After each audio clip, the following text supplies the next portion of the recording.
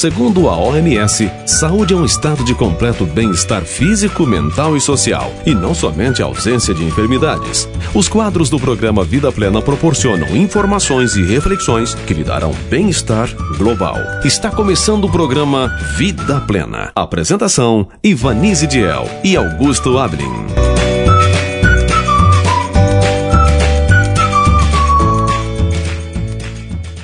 Bom dia, queridos ouvintes da Rádio Cidade Alta FM. Estamos chegando, sábado, 15 de fevereiro de 2025, com o seu programa semanal de saúde, com muitas dicas e informações. Na reflexão, você continuará acompanhando uma série da Bíblia Sagrada, dirigido pelo pastor Emerson. E neste ano começamos a estudar um livro que uns até têm medo, mas muito pertinente para os tempos que estamos vivendo, o livro de Apocalipse. No quadro das curiosidades, Lily Bold falará de alimentos funcionais, ou seja, aqueles que têm compostos bioativos que melhoram a saúde e ajudam a prevenir o surgimento de situações como envelhecimento precoce, diabetes, infarto e câncer. No quadro Conselhos sobre Saúde, Ellen White mostrará como podemos cooperar com Deus por meio de uma observância inteligente às leis da vida e da saúde, pois a saúde é um dom precioso concedido ao homem. E no quadro Princípios Educacionais, receberemos orientações preciosas com relação ao tema educação.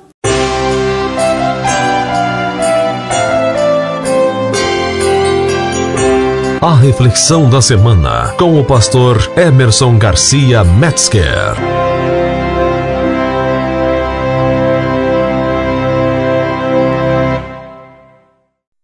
Olá, amigos da Cidade Alta FM. Que alegria, que prazer estar com você mais uma vez. Hoje vamos dar sequência ao nosso início do livro do Apocalipse, o livro da revelação.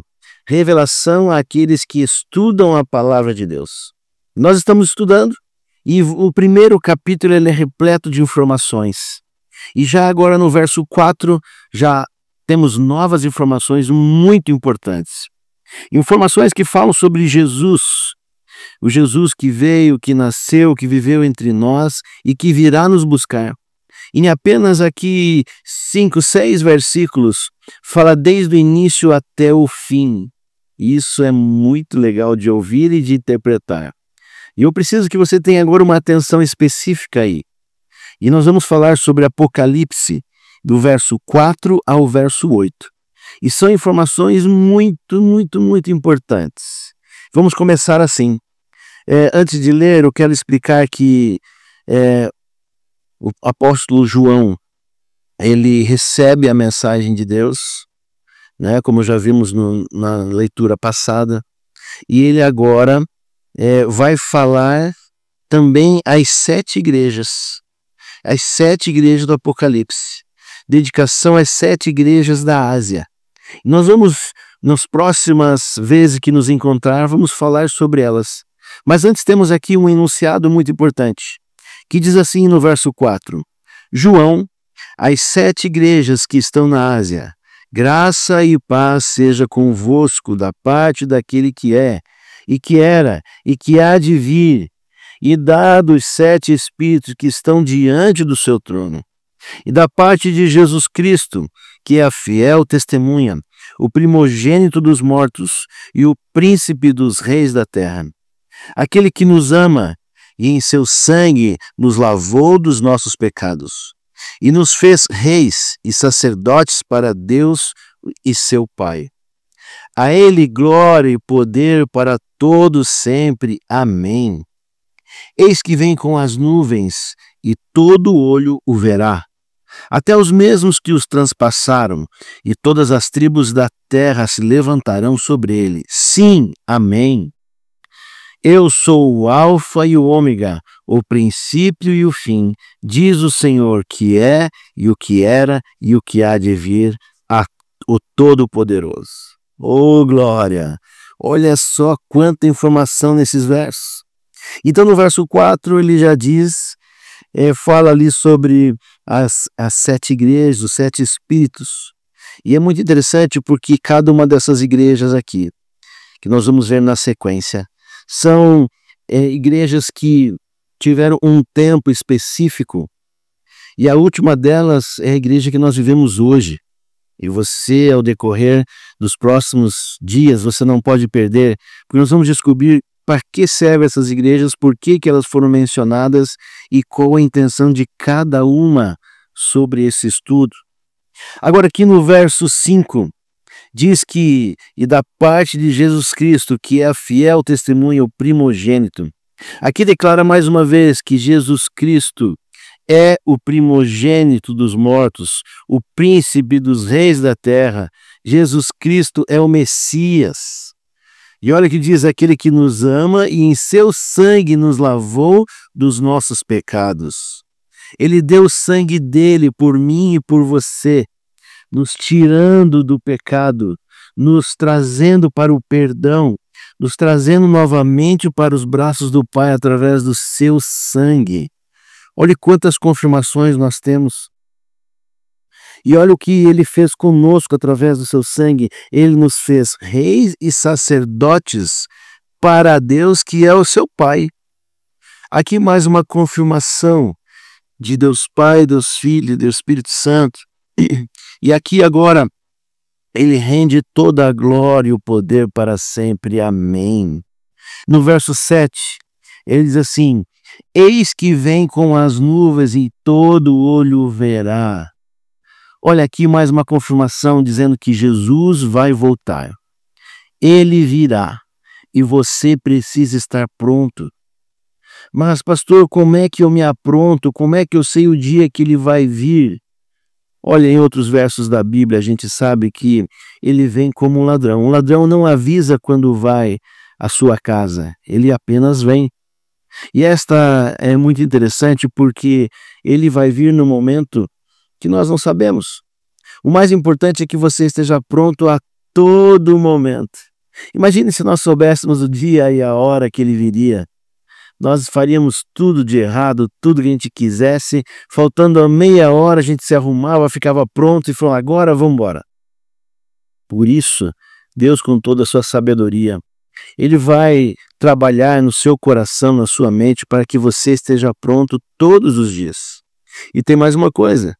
Quando descansamos, quando dormimos aqui na terra, e esse dormir que eu estou dizendo é aquela morte aqui terrena, ali Jesus voltou para nós.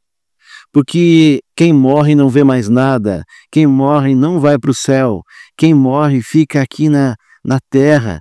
E a Bíblia diz que do pó veio, ao pó voltará. E o fôlego de vida que Deus deu, volta para Deus. Por isso não há outras especulações. Infelizmente Satanás trabalha com essa ideia. Morreu, está lá com um papaizinho. Não, não está. Morreu, vai aguardar o dia da volta de Jesus. Quando a pessoa morre, a pessoa descansa no pó da terra, o seu corpo, e o seu fôlego de vida volta para Deus. E a Bíblia diz que não há entendimento nenhum daqueles que dormem. Quando você dorme, você lembra de alguma coisa do que passou? Não. É assim também aqueles que estão dormindo aqui na terra. Mas o mais interessante é que Jesus diz que todo olho verá. Então todos aqueles habitantes da terra e os que estiverem descansando, todos verão a Jesus. Por quê? Haverá uma ressurreição, a ressurreição daqueles que foram fiéis a Cristo. Haverá essa ressurreição no dia da sua volta. E isso vai ser muito legal. Imagine os nossos queridos sendo ressuscitados por nosso Cristo Jesus, pelo poder de Deus. E eles todos serão chamados, cada um será buscado com o seu anjo da guarda vai vir buscar, e será levado até as nuvens dos céus aonde Jesus está. Olha que emocionante. Esse dia será o dia mais emocionante aqui do planeta. Quando Jesus voltar para resolver os problemas que nós temos, Os problemas que nós temos são causados através do pecado. E você sabe muito bem quais são eles, porque o pecado é terrível. O pecado tem acabado com a minha vida e com a sua vida. O pecado ele tem destruído pessoas, tem destruído relações, tem destruído tudo que você tem e o que você pode ter. O pecado foi a pior coisa que o inimigo inventou. E ele está aqui na terra para provar que não é assim, mas nós já provamos, é assim mesmo e é muito ruim. Eu já não aguento mais o pecado tem nos machucado demais. Eu vejo pessoas que eu amo sendo muito maltratadas pelo pecado. Muitas das vezes a escolha é minha. Por isso que eu quero que você pense, o pecado não nos força a nada. Agora, quando eu me entrego para o pecado, aí sim ele faz o que quiser de mim. É por isso que eu digo para você, busque as coisas boas, busque aquilo que é de Deus, busque aquilo que vai te fazer bem, busque aquilo que vai fazer com que outras pessoas ao teu lado também cresçam junto. Não passe a perna em ninguém, não engane ninguém, não minta, faça o que é bom, faça o que é agradável a Deus. E o último verso diz assim, eu sou o Alfa e o Ômega, o princípio e o fim, diz o Senhor, que é e o que era e o que há de vir, o Todo-Poderoso. Esse é o nosso Jesus Cristo. Ele é o início, ele é o fim. Ele é o Alfa, ele é o Ômega. E tudo que nós precisamos é amá-lo. É amá-lo, porque quando amamos ao nosso Deus, nós vamos buscar fazer aquilo que agrada a Ele. Por isso, leia a Bíblia. Passe um tempo em oração, abrindo o seu coração para Deus e falando das coisas que você sente. Ele é o seu amigo, por isso busque-o com alegria, com devoção e com dedicação. Busque-o enquanto você pode achá-lo. Deus te abençoe. Tenha uma feliz semana e até o sábado que vem. Você está ouvindo Programa Vida Plena.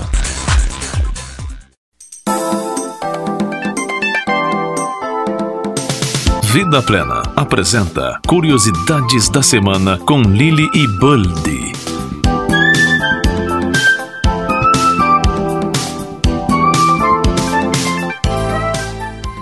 Bom dia! Tudo bem com vocês? Estamos aqui para mais curiosidades sobre o poder medicinal dos alimentos.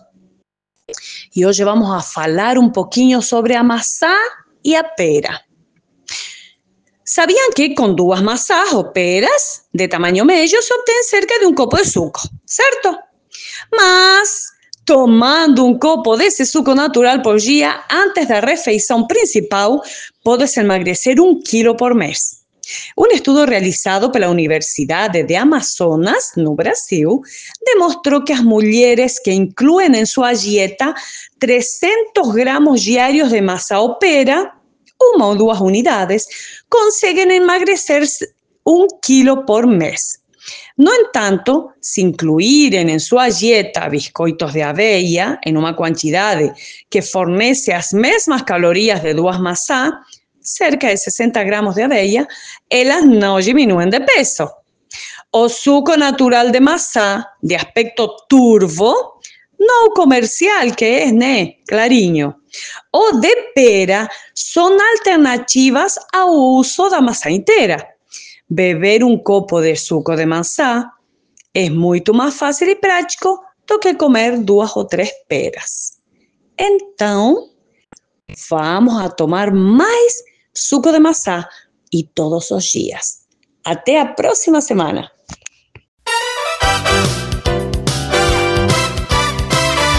Agora no programa Vida Plena, a receita alternativa da semana. E já que falamos do suco da maçã, aqui vai uma receitinha muito prática de suco de maçã. Para uma porção de 250 ml, você necessita 2 maçãs médias e um copo de suco de limão. Descascar as maçãs, caso não sejam de cultivo orgânico, eliminar as sementes, passar por uma centrífuga e acrescentar o suco de limão. E é só desfrutar. O programa Vida Plena apresenta Conselhos sobre Saúde.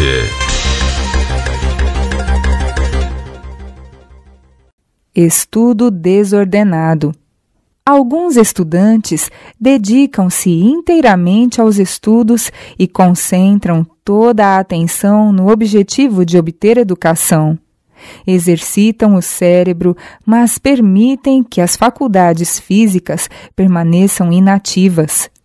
O cérebro é sobrecarregado e os músculos se debilitam pelo fato de serem exercitados.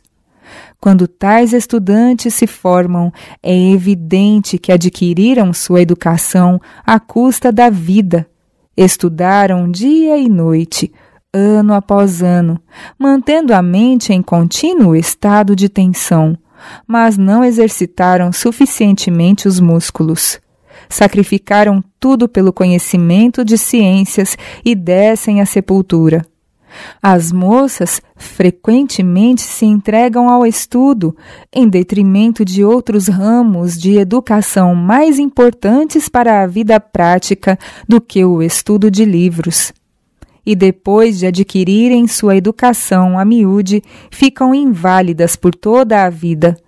Negligenciam a saúde, permanecendo muito tempo em recintos fechados, destituídos do ar puro do céu e da luz solar dada por Deus.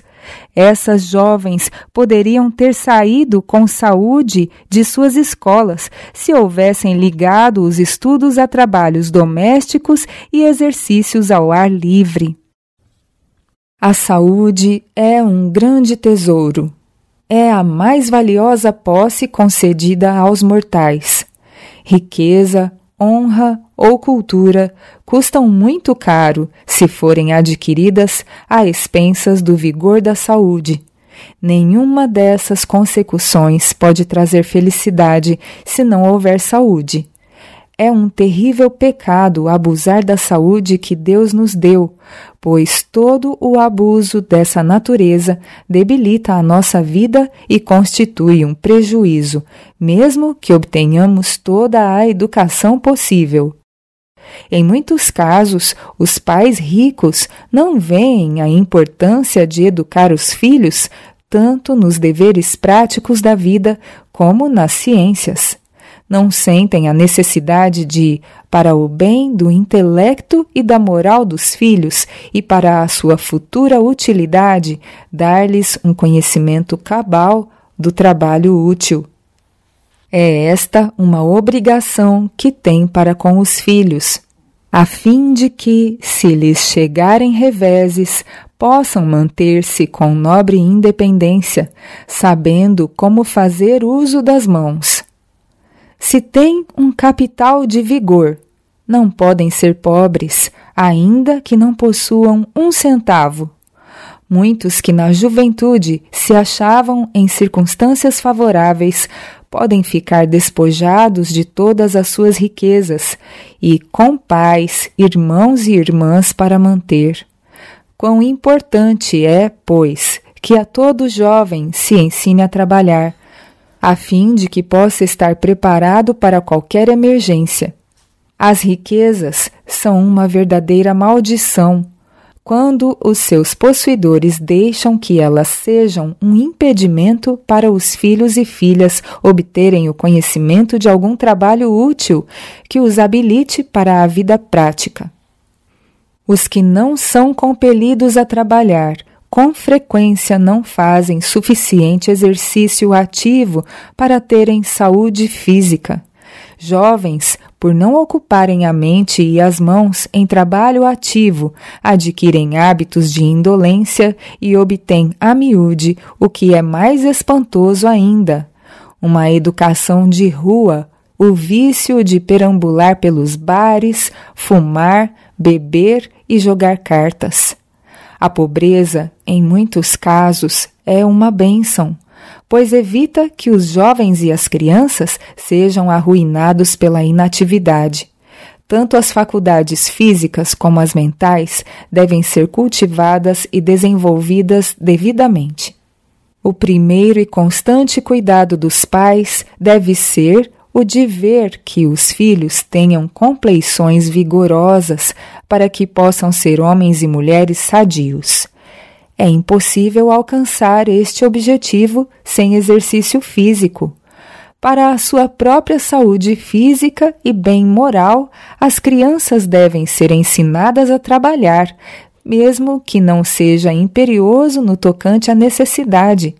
Se querem ter caráter puro e virtuoso, devem gozar da disciplina de um trabalho bem regulado que ponha em atividade todos os músculos. A satisfação das crianças por serem úteis e praticarem atos de abnegação para ajudar a outros será o prazer mais salutar que já experimentaram. Por que deveriam os ricos privar a si mesmos e a seus queridos filhos desta grande bênção? Você está ouvindo o programa Vida Plena.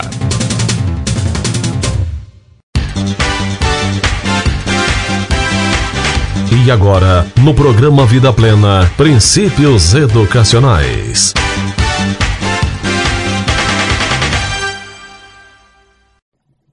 Educação, capítulo 24. Educação manual. E procureis trabalhar com vossas próprias mãos. Na criação, o trabalho foi designado como uma bênção. Significava desenvolvimento, poder, felicidade. A mudar a condição da terra em virtude da maldição do pecado acarretou uma mudança nas condições de trabalho. Contudo, apesar de efetuado hoje com ansiedade, cansaço e dor, é ainda uma fonte de felicidade e desenvolvimento. Outro sim é uma salvaguarda contra a tentação. Sua disciplina opõe uma barreira à condescendência própria e promove indústria, pureza e firmeza. Assim torna-se parte do grande plano de Deus para que sejamos recuperados da queda. A mocidade deve ser levada a ver a verdadeira dignidade do trabalho. Mostre-lhe que Deus é um obreiro constante. Todas as coisas na natureza fazem o trabalho que lhes foi designado. A atividade penetra por toda a criação, e a fim de que cumpramos a nossa missão, devemos também ser ativos. Em nosso trabalho devemos ser co-obreiros de Deus. Ele nos dá a terra e seus tesouros. Nós, porém, devemos adaptá-los a nosso uso e conforto. Ele faz com que as árvores cresçam, mas nós preparamos a madeira e construímos a casa. Ele ocultou na terra o ouro e a prata, o ferro e o carvão. Todavia, é mediante o trabalho apenas que os podemos obter. Mostre-lhes que, ao mesmo tempo em que Deus criou todas as coisas e constantemente as dirige, dotou-nos Ele de um poder não totalmente diferente do seu. Foi-nos dado até certo ponto o domínio sobre as forças da natureza. Assim como Deus do caos evocou a terra em sua beleza, também nós podemos da confusão produzir ordem e beleza. E posto que todas as coisas estejam hoje desfiguradas pelo mal, contudo, em nossos trabalhos acabados, sentimos uma alegria idêntica à dele, quando, olhando para o lindo mundo, pronunciou muito bom. Em regra, o exercício mais proveitoso aos jovens será encontrado nas ocupações úteis. A criancinha encontra no brinquedo tanto distração como desenvolvimento, e seus folguedos devem ser tais que promovam não somente o crescimento físico, mas também o mental e o espiritual. Ao adquirir força e inteligência, encontrar-se-á o melhor recreio para ela em alguma espécie de esforços que sejam úteis. Aquilo que adestra as mãos para a utilidade e ensina o jovem a arrostar com a sua participação nos encargos da vida é o mais eficaz na promoção do crescimento do espírito e do caráter. Aos jovens precisa ser ensinado que a vida significa trabalho diligente, responsabilidade, cuidados. Precisam de um preparo que os torne práticos, a saber, homens e mulheres que possam fazer face às emergências.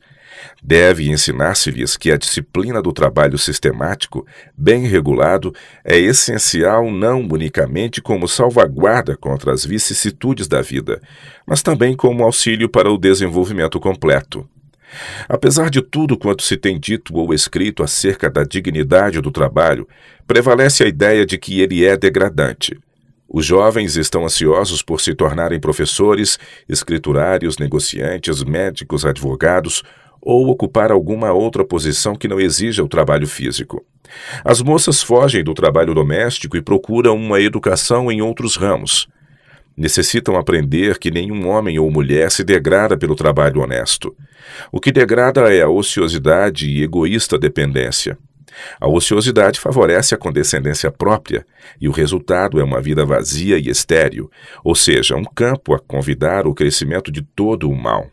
A terra que embebe a chuva que muitas vezes cai sobre ela e produz erva proveitosa para aqueles por quem é lavrada, recebe a bênção de Deus, mas a que produz espinhos e abrolhos é reprovada, e perto está da maldição. O seu fim é ser queimada. Muitos ramos de estudo que consomem o tempo do estudante não são essenciais à utilidade ou felicidade. Entretanto, é essencial a toda jovem familiarizar-se completamente com os deveres de cada dia. Sendo necessário, uma jovem pode dispensar os conhecimentos de francês ou álgebra, ou mesmo de piano, mas é indispensável que aprenda a preparar bom pão, confeccionar vestidos graciosamente adaptados e executar cabalmente os muitos deveres atinentes ao lar. Nada é de maior importância para a saúde e felicidade da família toda do que a habilidade e inteligência por parte de quem cozinha. Pelo alimento mal preparado e insalubre, pode-se impedir e mesmo arruinar não somente a utilidade dos adultos, como também o desenvolvimento das crianças. Provendo, porém, alimento adaptado às necessidades do corpo e, ao mesmo tempo, apetitoso e saboroso, poderá fazer tanto no sentido bom quanto faria em direção errada, agindo contrariamente. Assim, de muitas maneiras, a felicidade da vida liga-se à fidelidade para com os deveres comuns. Visto como os homens, bem como as mulheres, têm parte na constituição do lar, tanto os rapazes como as moças devem obter conhecimento dos deveres domésticos. Fazer a cama e arranjar o quarto, lavar a louça, preparar a comida, lavar e consertar sua própria roupa são conhecimentos que não tornarão um rapaz menos varonil. Torná-lo-ão mais feliz e útil. E se do outro lado as moças pudessem aprender a arriar, cavalgar, usar a serra e o martelo, assim como o ancinho e a enxada, estariam melhor adaptadas a enfrentar as emergências da vida. Aprenda às crianças e jovens pela Bíblia como Deus tem honrado a lida do trabalhador. Leiam acerca dos filhos dos profetas, estudantes em uma escola os quais estavam construindo uma casa para si, e para quem foi operado um milagre a fim de se salvar da perda o machado que fora tomado emprestado. Leiam acerca de Jesus, carpinteiro, e Paulo, fabricante de tendas, que ao trabalho de seu ofício ligaram o mais elevado ministério, humano e divino. Leiam acerca daquele rapaz cujos 5 pães foram usados pelo Salvador naquele maravilhoso milagre de alimentar a multidão. Acerca de Dorcas, a costureira, ressuscitada para que pudesse continuar a fazer roupas para os pobres. Acerca da mulher sábia descrita no livro dos Provérbios, a qual busca lã e linho e trabalha de boa vontade com suas mãos, dá mantimento à sua casa e a tarefa às suas servas. Planta uma vinha e fortalece os seus braços, abre sua mão ao aflito, ao necessitado estende suas mãos. Olha pelo governo de sua casa e não come pão da preguiça. Diz Deus a respeito de tal mulher: essa será louvada. Dá-lhe do fruto das suas mãos e louvem-na nas portas as suas obras. Para toda criança, a primeira escola industrial deve ser o lar. E tanto quanto possível deve haver, em conexão com cada escola, facilidades para a educação manual. Em grande parte, tal ensino manual deve ocupar o lugar do salão de ginástica, com o benefício adicional de proporcionar valiosa disciplina. O ensino manual merece mais atenção do que tem recebido. Devem-se estabelecer escolas que, em acréscimo à mais elevada cultura intelectual e moral, provejam as melhores possibilidades para o desenvolvimento físico e educação industrial. Deve-se ministrar instrução em agricultura, manufaturas, abrangendo tantos dos seus mais úteis ramos quanto possível, bem como em economia doméstica, arte culinária saudável, costura, confecção de roupas saudáveis, tratamento de doentes e coisas correlatas.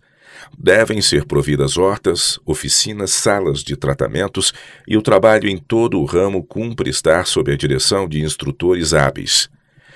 Importa que o trabalho tenha um objetivo definido e seja completo. Conquanto cada pessoa precise de alguns conhecimentos em ocupações diferentes, é indispensável que se torne perita em ao menos uma delas. Todo jovem, ao deixar a escola, deve ter adquirido conhecimento em algum ofício ou ocupação com que, se for necessário, possa ganhar sua subsistência. A objeção que mais frequentemente se faz contra a educação industrial nas escolas é a grande despesa que isto envolveria. O objetivo a ser atingido é, porém, digno de seu custo. Nenhuma outra obra a nós confiada é tão importante como a educação da juventude, e todo o desembolso exigido para sua perfeita realização representa meios bem aplicados. Mesmo sob o ponto de vista dos resultados financeiros, os gastos exigidos para a educação manual demonstrar-se-iam a mais verdadeira economia. Multidões de nossos rapazes seriam assim preservados de perambular pelas ruas e frequentar bares. Os gastos com hortas, oficinas e instalações para banhos seriam mais do que correspondidos pelas economias nas despesas com hospitais e escolas disciplinares. Você ouviu o programa Vida Plena. Volte a nos ouvir no próximo sábado, aqui na Cidade Alta FM.